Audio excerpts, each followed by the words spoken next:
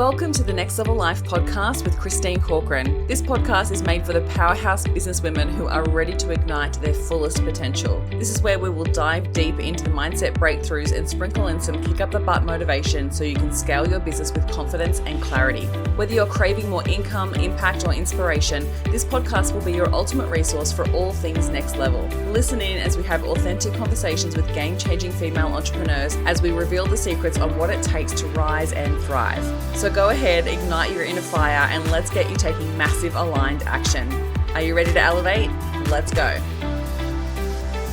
Welcome back to the podcast. Thank you so much for tuning in. Today I want to talk to you about how to determine what your next hire is going to be, or even your first hire in your business. Wherever you're at, we're going to talk about this because there is a decision-making process that you need to consider, and you need to consider what part of the business is needed. And before I even dive into that, I want to share with you a big decision that I've made recently. And I recently just shared it with my beautiful Women Inside Unstoppable Sales. This is a sales program that I've run for about 4 years now. Previously to that, it was Elevate Mastermind, and it was a continuous mastermind that ran every 4 months. And I have been doing a lot of really deep work behind the scenes for my business to be looking at my business model, what's working, what's not working, what do I want to shift and change it, really just considering also what's happening in the market. And I've been doing some market research conversations with some people. I think I did about 12. I can't remember exactly the number, but I did about 10 or 12. And it really just helped me really clarify what people are wanting at the moment. And I think this is some work that you always need to be doing in your business. And starting off the brand new year, I have my 2 programs running, the Next Level Mastermind, which is coming up for reopening doors next month. And then I have Unstoppable Sales, and it finishes up in April as well. And so I decided that it was actually time for me to kind of retire Unstoppable Sales. And that decision did not come lightly. It's something that I've been really sitting with for months now. It's an incredible program, and it's not that it's not working, it is working, and my clients love it. And when I shared with them, it may be the last time that I run it, they were very sad that that's what the case was. And I'm going to be sharing with them this week the new thing that will replace Unstoppable Sales, but it's going to be different. It's going to be a different way that I've run programs before. And I have thought about this for a really long time, and with the market research, it just helped me really clarify what people are really wanting in 2026 and how the market is shifting a lot with AI. And it's so interesting because not a lot of people are wanting information. We're so bombarded with information at the moment. They want the structure, they want the step-by-step, and they want the support, they want the accountability is really, really important. And they just want the clarity as well. I think everyone's so bombarded with so much information that it's not about needing more ideas or more strategy. It's actually helping them actually implement the strategy and really determining whether the strategy they're choosing is the right fit for their business. And so I want to really teach people how to think like a really successful business owner. And there's a few different things that, AI is really not helping with at the moment, right? 1, helping people making really defined decisions is going to support the growth of their business.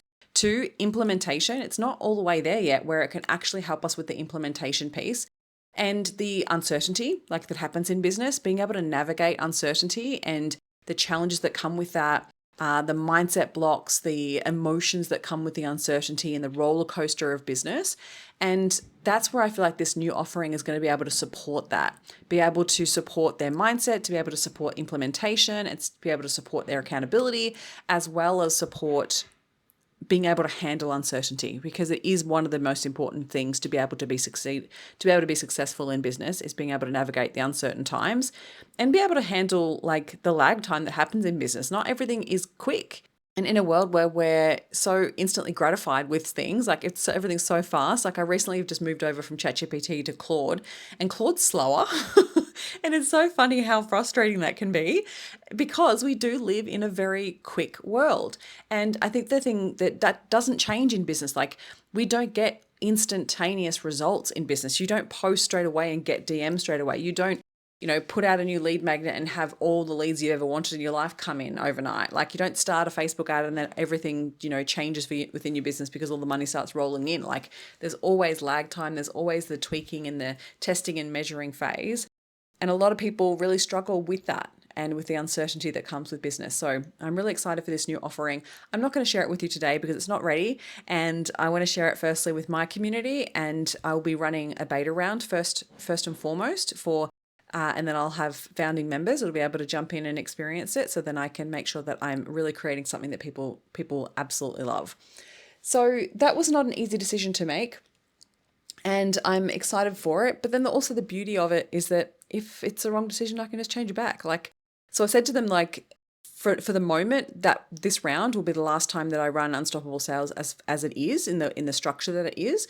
I may decide that I might run it like once a year maybe and do a live round or something like that. I haven't decided around that just yet, but I needed to make space for this new offering. There's no way that I could run the high level of support that I offer in Unstoppable Sales, as well as the high level of support in Next Level Mastermind, and then try to then add another offering to that. It's just impossible. I would not have been able to do that. So I've had to make that decision, and I'm good with it. I'm really good with it. I'm now just in the build out phase, and I'll be bringing it to my community really soon. So keep an eye out for that. Okay, so I want to talk to you about hiring and your next hire, because wherever you're at, if you're right in the beginning stages of wanting to hire someone, maybe you're at a place where you're getting to capacity and you're like, okay, I'm going to need help. Like, I'm working so many more hours than I used to. I'm at capacity. I just don't know what to actually hire first. Then this episode will definitely help you. Or if you're at the stage where you actually have support, but you're actually not sure what the next hire should be, then it's time to then consider what's the decision you need to make and what direction you need to go in when it comes to making that hire. So before we even consider what we're going to hire or what skill set we're going to hire or who we're going to hire next, there's a few things we want to get clear on first. First and foremost is understanding your zone of genius. Where are you your most valuable in your business? So if you think about that for your business, where are you your most valuable? Right? Where do you make the most money? Where is your time best spent in order for you to have the best outcome?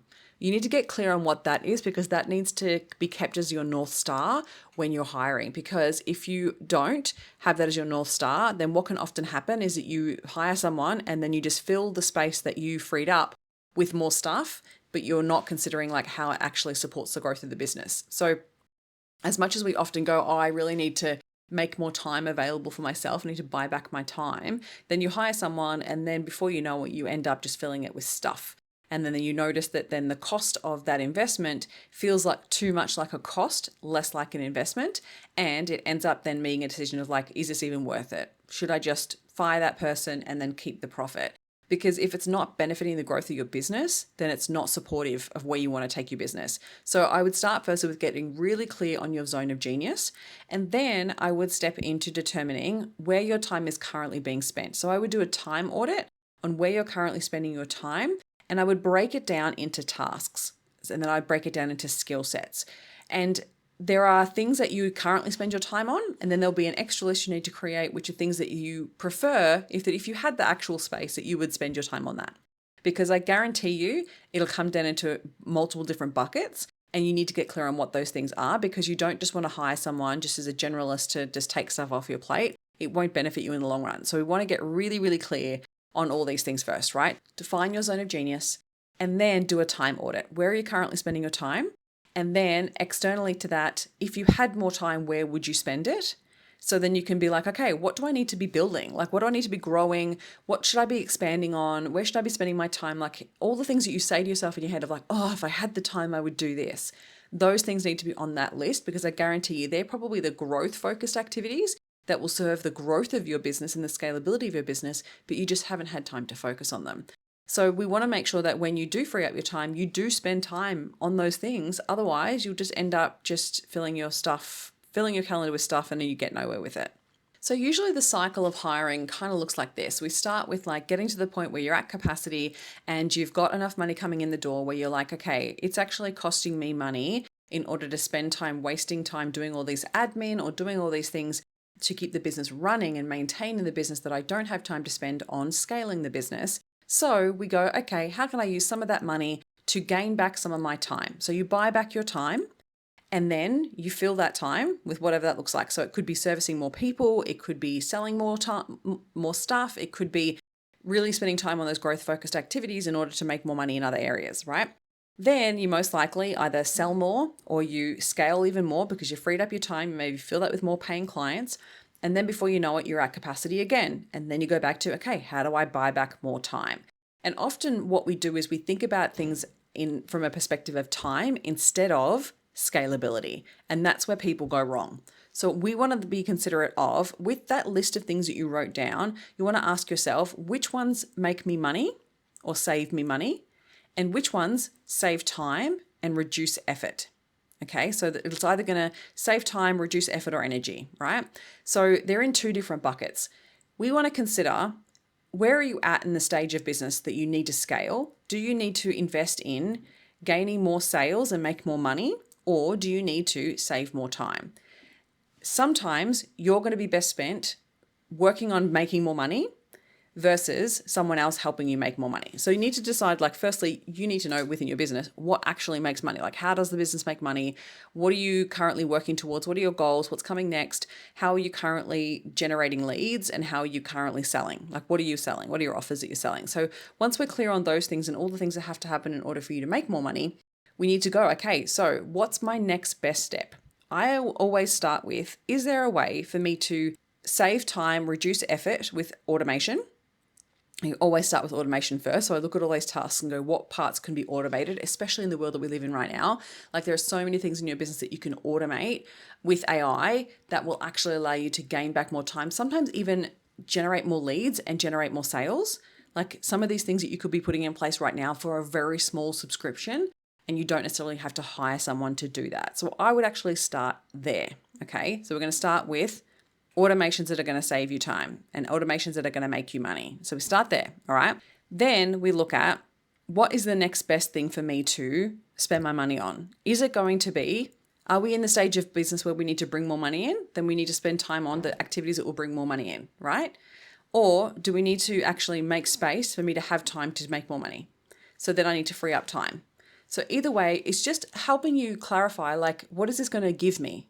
Okay, because if it's going to only save you time, you need to make sure you're replacing those hours that you're actually outsourcing to more important things. Don't just fill your calendar with stuff that doesn't get you anywhere. Okay, so this is why it's so clear, like, to get clear on your zone of genius, get clear on your CEO role of what you do want to step into. Otherwise, you just keep replicating the same thing and create the same results. So get really clear on that.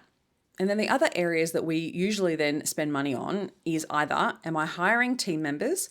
I always go, what skill set do I need in order to grow the business right now? So I consider the skill set first before the person, because sometimes we end up hiring because of someone that we like, or we hire because we think, oh, that's what everyone else is doing. So when everyone else is hiring a VA, so I should hire a VA.